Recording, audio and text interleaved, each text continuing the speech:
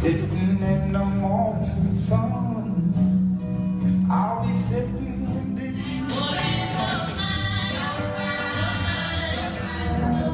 I know you'll get this one. That's right, CFRW, 1290 CFRW, the 5 on 62, that's all fine. I keep warning you to drop the radio voice. That's not as bad as you used to do. I know it isn't. You are learning a little bit.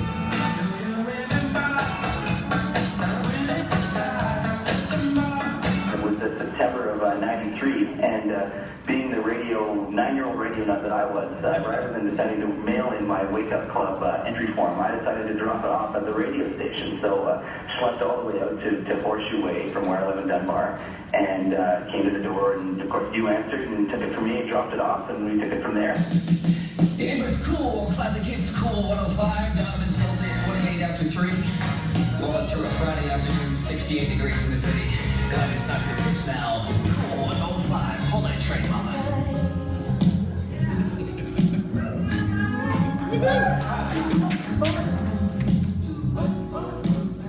We could go give Resort Cab a call tonight. Must be busy. Resort Cab? Hey there, it's Donovan calling from Whistler FM. How are you doing tonight? Good, thanks. Yourself? Not too bad at all. Can we get a cab to the studio here at 1080 Miller Creek Road?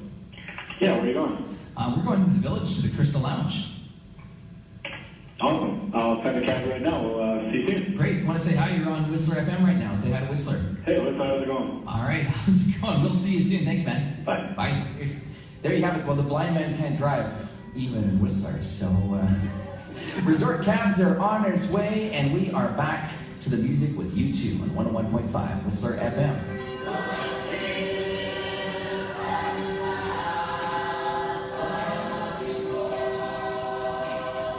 This guy knows more about radio than Is that right? the man who invented radio.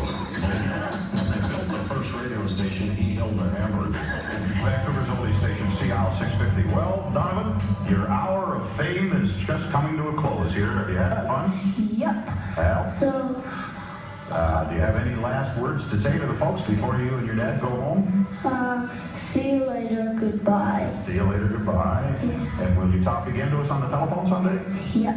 Okay. And what do you want to be when you grow up? Radio announcer. Well, of course.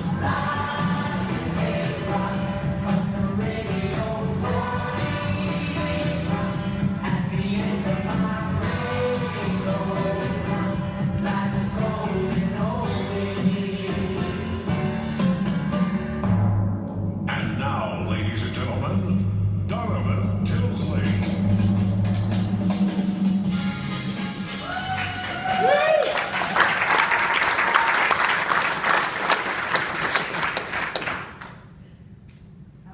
Little boy sitting in his kitchen, March 12th, 1990, tuning around his favorite radio station, CL 650.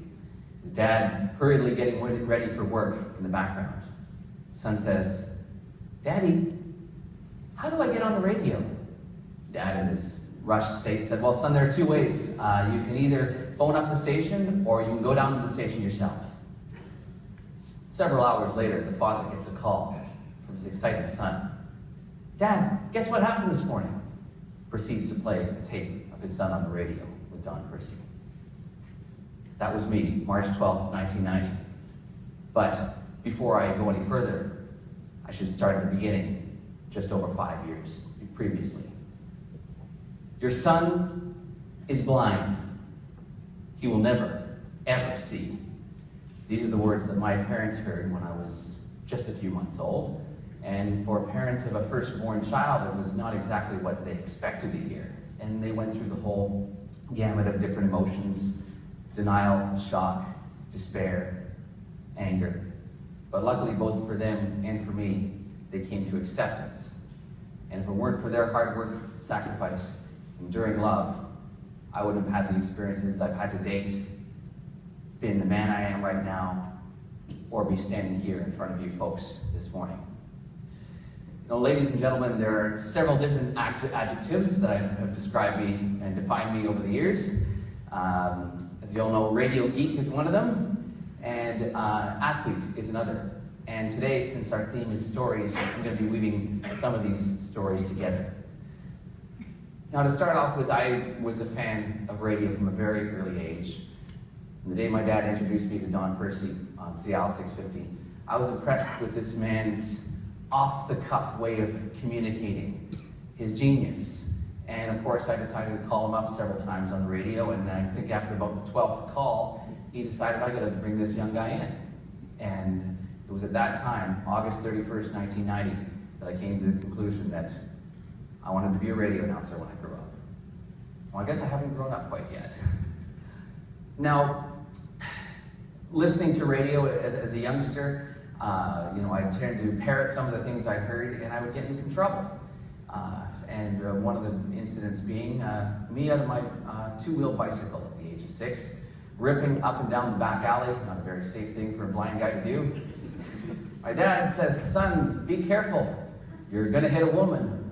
I'd listened to Don Percy on the previous Friday, and I said, "Well, Dad, is she a mature, ripened woman?"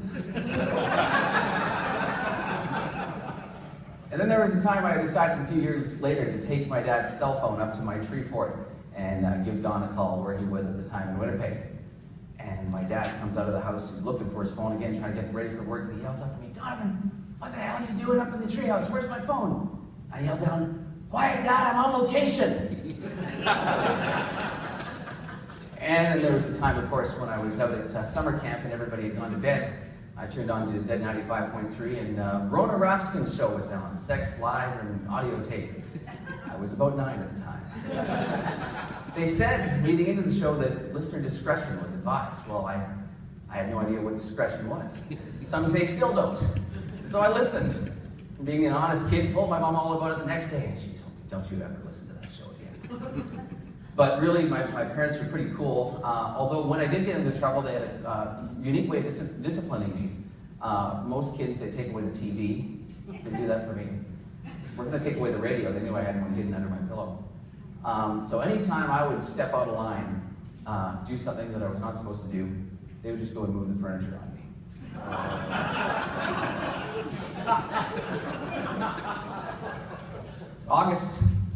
July 27th, 1991. I'm at home on a Saturday morning, and guess who should call but the master of the morning himself, Don Percy. Calls me at home to tell me that he had received another offer and would be leaving for Winnipeg, and it would no longer be on the radio in Vancouver. I guess when I think back on it, this was my first real heartbreak. This was my first sense of loss. And I had fantasized up until then that, I would grow up and continue to listen to him, and maybe I'd work for him in the summers.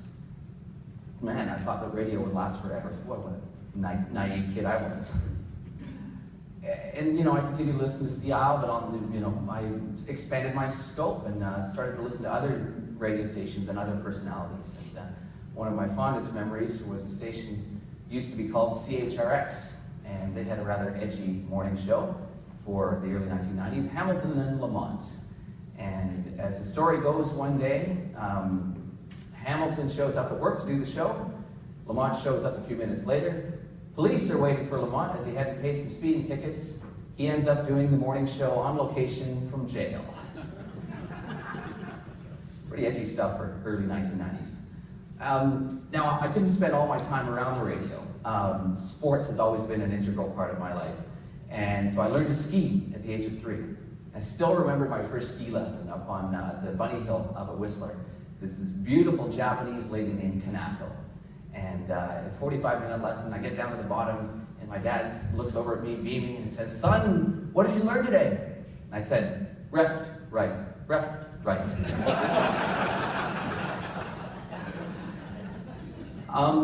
Now, of course, as I grew older and would go up to Whistler on family vacations for spring break, I turned on the radio there. And that's where I discovered community radio station in the form of Mountain FM, your Sea to Sky station, as it was known at the time. Boy, what a great station that was. They had local news, they had lost dog reports, and they had this guy in the morning who I only learned later was actually the general manager, a fellow named Jeff Polton, who was amazing on the air. And every morning at about 6:15, he would play the Andy Griffiths theme and open up the phones and call it roll call. And people would call in and basically talk about what was up in their world and why they were up so early in the morning.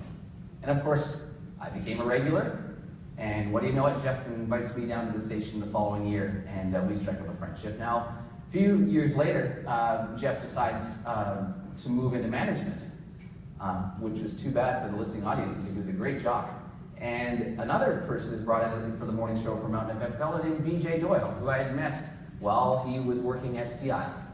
Now, BJ and I also had talked and knew each other from the past, and one morning he phones me up and says, you know, people enjoy listening to you on the radio, but how about we put some structure to it? How about you call in and every Monday morning we do a little feature called the Donovan Report, and I was about 11 at the time, and you can talk about, you know, stuff you're up to, maybe movies you've seen, stuff to review, kind of a fun little thing. And it was great, although here's where I learned a completely different style of radio. With Don Percy, it was like you phone in, you start talking, you know, you find an endpoint. With DJ, radio was scripted. Everything, you know, he'd say, what do you want to talk about? And then, you know, even maybe set him up with certain lines that he could say and then I could say. And it was great to be on the radio, but it wasn't as fun as what I had done in the past, to be completely honest. And after 1 year of doing this feature, he fired me. Called me up, 12-year-old, one Monday morning and says, you know, I'm talking to folks around and we'd really like more of a, if we're going to do this type of thing, a local kid to do it. And you're based in Vancouver. And what can you do? As Don Percy had told me in the past year, no one in this business till you get fired, son. I guess I became somebody at the age of 12. Around that same time, my swimming career was starting to take off. Now, I did get into swimming in a rather peculiar way. My parents would often rent a cottage in the summer up around here, up around Lake Okanagan. And my dad would take me in this rowboat and he'd row me out into the middle of the lake. And he'd pick me up and he'd throw me into the water. I'm thinking, holy shit, who would do this to their blind son? Well, you don't know the half of it. The hardest thing about that was getting out of the bag.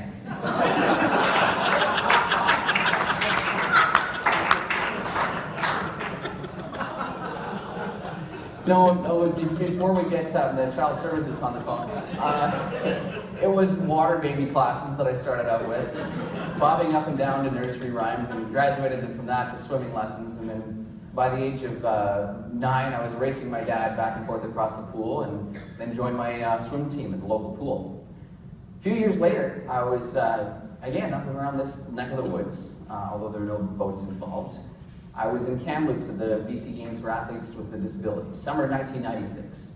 And I met a couple of folks who were on their way to Atlanta for the Paralympics that year. And I'd heard of the Olympics before. Every kid knew what the Olympics were and what a big spectacle they were every 4 years. But at that point in my life, I had no idea that this existed for somebody with a disability to compete at an elite level. I came home from that, and that summer, one of my many handful of radio pals was Carol Alexander, who at the time was doing a mat leave for Tamara Standards on JR-FM. I call her up one morning and she says, Donovan, I got this great idea. Nobody reports on the Paralympics. Why don't you become our Paralympic reporter?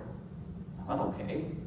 Internet was still kind of coming into vogue, and so my dad at the time would go on and pull the reports, the score highlights off the internet, and I would phone into the station about 3 or 4 times during the games and did the report. And I think CBC caught wind of it and put me on TV as a result of that one. Anyway, that was a ton of fun doing it. And I continued to swim, I continued to train. 3 years later, the coaches who had been working with me for my formative years decided that they couldn't support me anymore. They wanted to start a family and needed to put their time to that. And so I was kind of left without support. And again, my dad came forward. And my dad, throughout my entire life, has always been one of my biggest supporters and mentors and friends. He says, son, I know you want to make it to the Paralympics. I'm willing to train with you before you go to school, before I go to work, and let's see if we can make it to Sydney, Australia. I was 15 at the time, looking for a challenge in my life. I hadn't done something new, as Linda said earlier, and this was the most appropriate challenge. And I said, sure, Dad, let's give this a shot. And it was one of the best decisions I ever made. Also began one of the most challenging years of my life, because I'd be getting up at 20 after 5 in the morning, going to the pool for a fairly rigorous hour-and-a-half workout. Get to class, and I'd be sitting there, and my eyes would close. Teacher looks at me and thinks, well, he's blind, he can't see shit, doesn't really matter. This is Social Studies 10, and then my head would start bobbing up and down. He says, I guess he agrees with what I'm saying about the Dominion of Canada. And then he'd see the drool coming up the side of my mouth. He'd say, Donovan! Wake me up. And thankfully, they were fairly understanding teachers, because they knew what I was, the journey I was on. And my marks were actually improving despite being asleep in class, because I would stay after school and get the homework done, and had to be more disciplined. Couldn't start it at 9 o'clock at night anymore because I was going to bed then. And I was getting faster in the pool. Life was great, and I didn't think it could get any better. But the following year, it did, because at the age of 16, at the Montreal Paralympic Trials, I found out that I would be representing Canada at the Sydney 2000 Paralympics. Oh my gosh, I was on a high for a few weeks after that, but the dust did settle, and I thought, what's next? I've made the team, but there's got to be some other goal to strive for. Why not try to get on the podium? Why not win a medal for Canada? What the heck? I looked, and I knew I was in the top 4 in the world rankings, so I knew I had a kick at the can. Continued to train, and before I knew it, I was stepping off the bus into the Paralympic Village in Sydney, Australia, which is one heck of an overwhelming place. When you picture 8 square city blocks the size of a football field with or more, 3 football fields with 136 athletes from all different countries in the world. Big cafeteria tent, which is the size of a football field. It's got everything from Australian lamb to pasta to the forbidden McDonald's way over the corner. And yeah, when you live in a close quarters like that, sometimes you can get into some little spats with your teammates. I still remember the day that one of my teammates said to me, Donovan, I really got a bone to pick with you. You've been here for 10 days. Why are you always pushing me around and talking behind my back? I said, come on, Scotty, get with the program. What do you expect? You're in a wheelchair.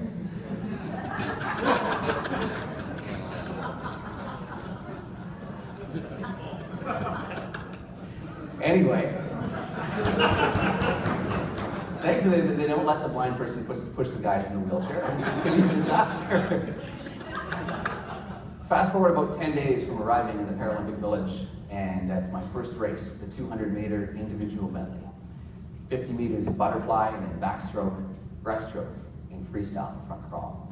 I was pretty nervous. I got up and did the preliminary races, and time was not quite what I expected. I felt tired after the race, but I was placed 4th going into finals. And oh my gosh, I was more nervous than I ever had been before or have been since. I could barely close my eyes and barely get any rest that afternoon. I was shaking like a leaf. My dad took me aside, gave me a pep talk on the way to the pool, and helped me to calm down. So I had my warm-up and massage and all that. And before I knew it, I was standing behind the blocks. Bang went the gun. And I dove into the water and I began to swim. And it was the most amazing feeling. I felt like I was in a flow, in a rhythm, in a groove. It was almost like it was all coming to me naturally and so easily. Almost like somebody else was swimming the race below me while I just went through the motions. And it turns out it wasn't easy, because I came to the wall and I found out that I'd swum a personal best time by no less than 3 seconds. Of course, my first question to the attendant at the wall was, what place did I come? 3rd, she said. 3rd echoed through my brain, 16-year-old brain, and I could not believe it. This 16-year-old kid who had been told didn't even have the body type of an athlete. And I had not only made it onto the podium, made it to my first Paralympic Games, but made it onto the podium at these first games. And I couldn't believe, and I not only won a medal for myself, but for Canada, for my country. And life just got better from there. That was the start of a 14-year journey. 4 Paralympic Games, 5 medals, 3 world records, and probably the second biggest.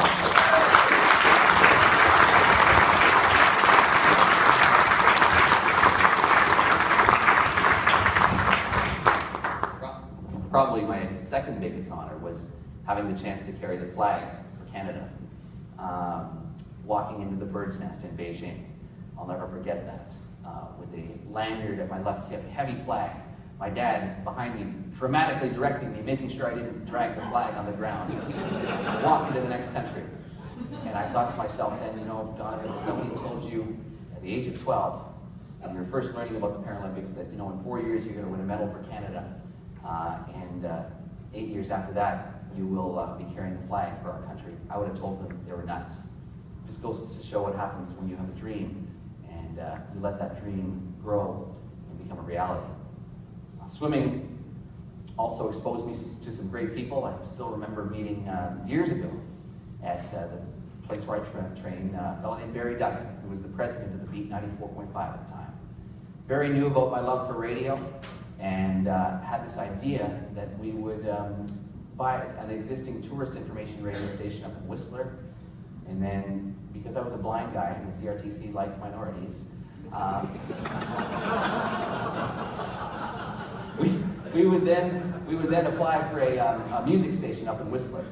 And this sounded great, and we got the wheels turning, and I still remember when 88.7 Whistler FM, the tourist station, launched, and had no idea what marketing was all about, was so eager, had all these Whistler FM t-shirts, and me and my two Persian guy friends go up into the village, handing them out to people at nightclubs. You know, if I'd known better now, I would have found some good-looking girls to do that. Anyway, we did get the license for Whistler FM for 101.5.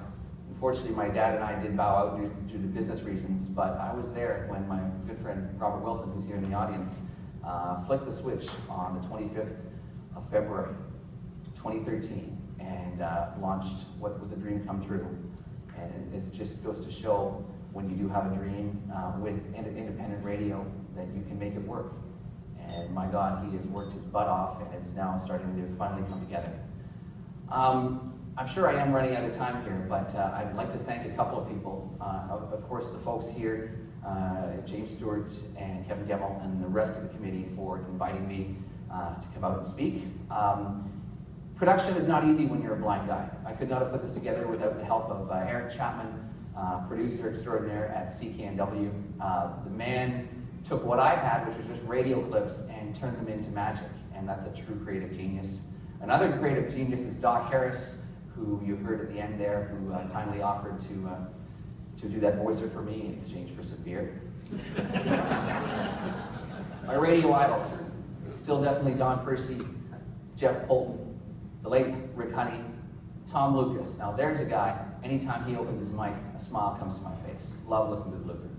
Red Robinson, of course, the late Fred Latrimo, who was always very kind to me as a kid, and we look across the line to U.S. idols, you know, guys like Robert W. Morgan, Jackson Armstrong, and gosh, Dan Ingram. That's about all I've got to say, but leave you with a couple thoughts.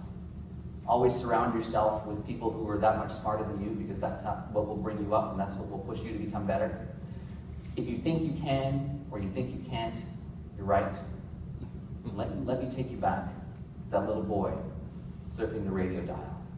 And on those days where you guys feel frustrated and downtrodden by the way radio is going, by office politics, by what have you, just think of that little boy. That little boy is still out there, is still listening. Thank you very much.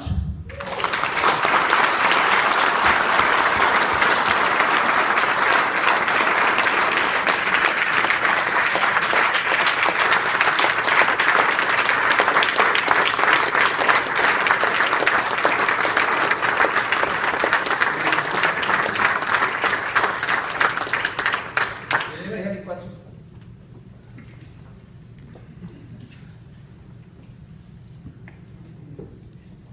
If not, I'll find you at the after party.